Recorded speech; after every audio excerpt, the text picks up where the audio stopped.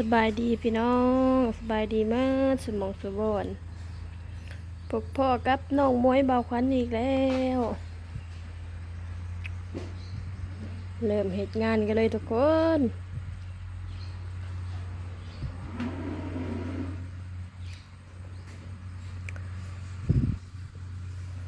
สิจริงกับน้องมวยกับเบาควันเนี่ยเริ่มเหตุงานตั้งแต่วันที่14ผู้ใดทุกคนที่ว่ามันนี่ก็เป็นมือแรกสวัสดีพ่อพี่น้องสบายดีโรงงานหลบแรง จริงเพิ่นบอกว่าโรงงานน่ะบ่าย3เนาะเบาควันแต่น้องมวยกับเบาควันน้องบ่าย1เพราะว่ากะเกียมเครื่องกินงัวอะไรทุกคนอาหารงัวสิมีกาบล่างแล้วก็ข้าวโพดมักอาหาร3ถุงทุกคนงัวหลีนะมีอาหาร3ถุง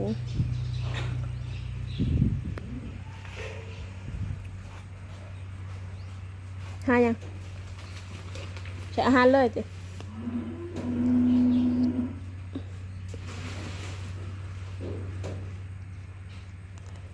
หน้าที่ของบางคนก็คือย้ายข้าวโพดกับล่างเพื่ออาหารนะทุกคน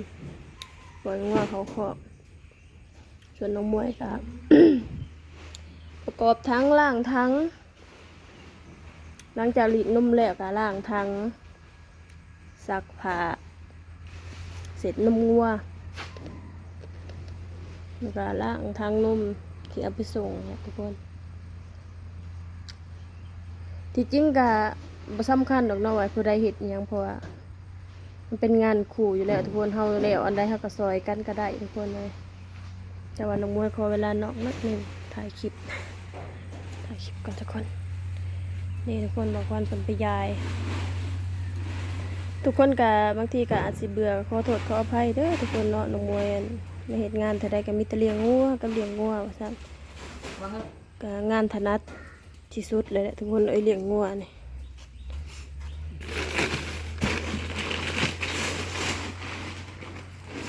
เพราะว่างานกรุงเทพก็เฮาเข้าไปก็เงินเฮือนเสาเขาซื้อทุกคนเลยอันนี้เขาเพิ่นก็ให้น้ำเพิ่นก็ให้ห้องก็บ่ได้เซาเขาจะซื้อให้กินเองนี่แหละทุกคนมันบุกถึงไรล่ำชู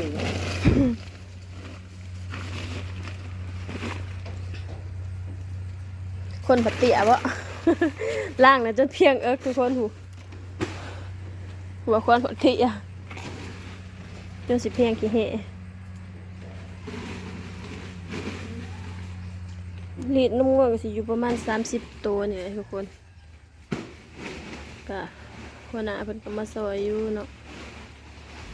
ซอยลีดซอยเบิ่งเท่าไรเพราะว่าเขาใหม่ก็ยังบ่ฮู้จักงัวปานใดเนาะทุกคนงานถนัดก็แม่นแต่ว่างัวบางภาพมันก็บ่คือกันเนาะทุกคนที่ตั้งอยู่นี่ก็สิเป็นหัวอาหารทุกคนแต่หัวอาหารหมดเป็นแกะมาไว้เวลาเฮายายเฮาก็มีแต่ถอกเงาถอกนี่ทุกคนงานน้องมวยคือประกอบทั้งอันนี้เป็นทั้งลีดเด้อทุกคนประกอบใส่สายลมอันนี้บนดูดนมนะทุกคนอันนี้สายนมสายดูดนมเข้ามาจุ๊บอันนี้ก็สิเป็นหัวใจทุกคนอันนี้ก็สิเป็นทาง50 โลหรือทาง40 โลใส่นมไปส่งนี่แหละงานน้องมวยนะล้างนมล้างทางนมตัวนี้แหละ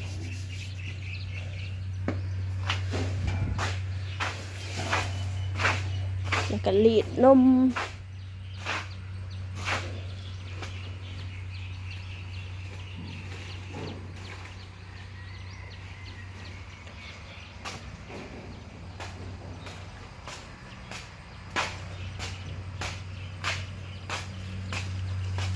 อันนี้ที่เป็นกาบล่างทุกคน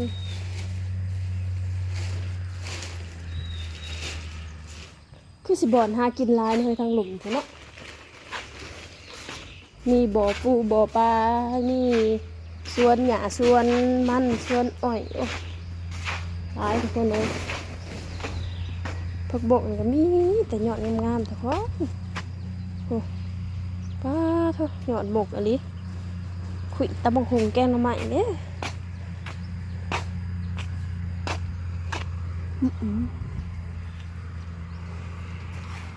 ทุกคนน้องมวยไม้ไว้ไม้ตาไว้ปีกล้วยทุกคนคิดอยากอันน้ำยาขนมจีนตีนไก่อันนี้ทุกคนแต่ว่ามันอยู่พังนะน้องมวยคิดว่ามันอยู่พังนี่แหละทุกคนบรรยากาศยามกลางเว้นรอบๆฟาร์มก็สิมีแต่สวนหญ้า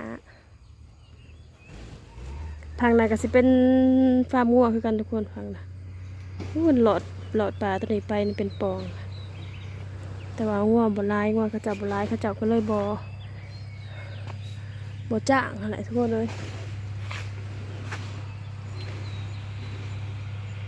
เป็นอะไรทุกคนสะอาดบ่น้ำแบบแห้งค่ะทุกคนเบิ่งสายยางแห้งจนว่าสิดันตัวน้องมวยกลับคืนเวลาเปิดน้ำต้องครึ่งให้คักก็คือรีดที่หนึ่งก็เอาเขามดเถื่อหนึ่งรอบหนึ่งในรอบแรกมดเลยทุกคนกว่างัว30 ตัวฝั่งละ15 ซองทุกคน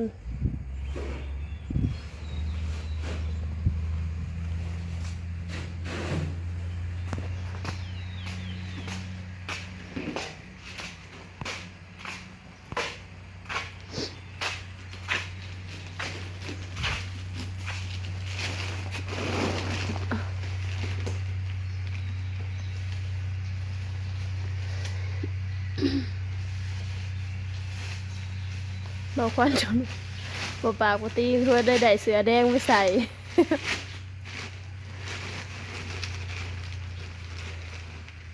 เนี่ยตักหัวอาหารน่ะแบบเล็กนะตักง่ายเนาะแบบย่างมันอยากหักกว่าแบบเล็กจักสวกลูก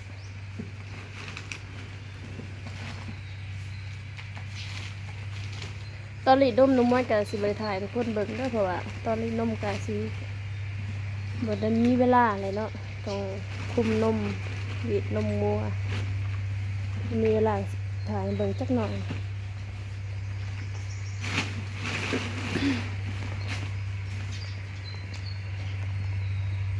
ทุ่งอาหารนี่ก็คือสีมี3 อย่างก็คือสีเขียวสีฟ้าสีแดงทุกคนสำหรับอาหารงัวลี่แกสอบอาหารน่ะใส่เลยเด้ชี้ยัง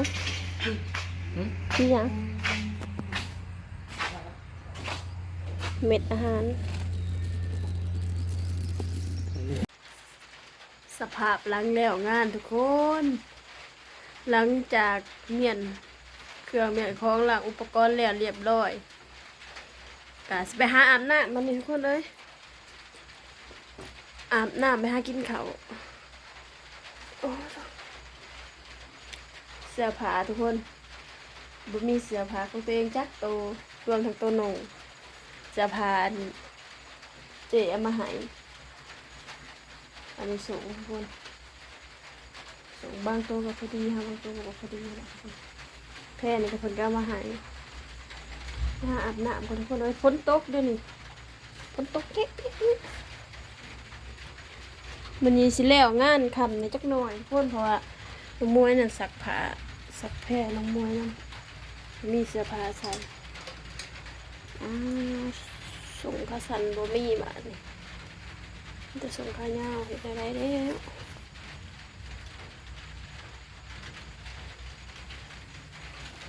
เอาก็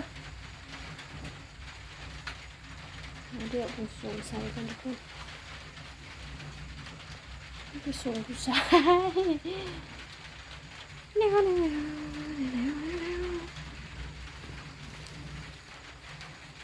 ใส่ส่งตัวนี้เลยทุกคน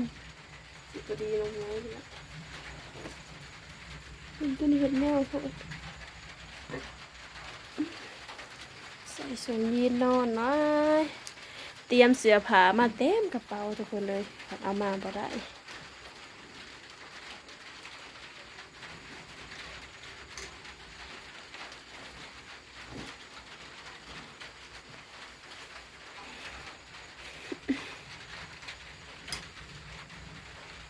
สือทุกคน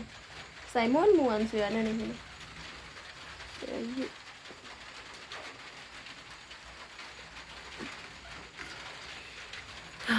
บางคนเพิ่นยังย้ายเพื่อนงัวทุกคนแต่ทุกคนน้ำมันต์สิได้ลาคลิปแต่เพียงเท่านี้เด้อกราบขอบคุณทุกกำลังใจเด้อ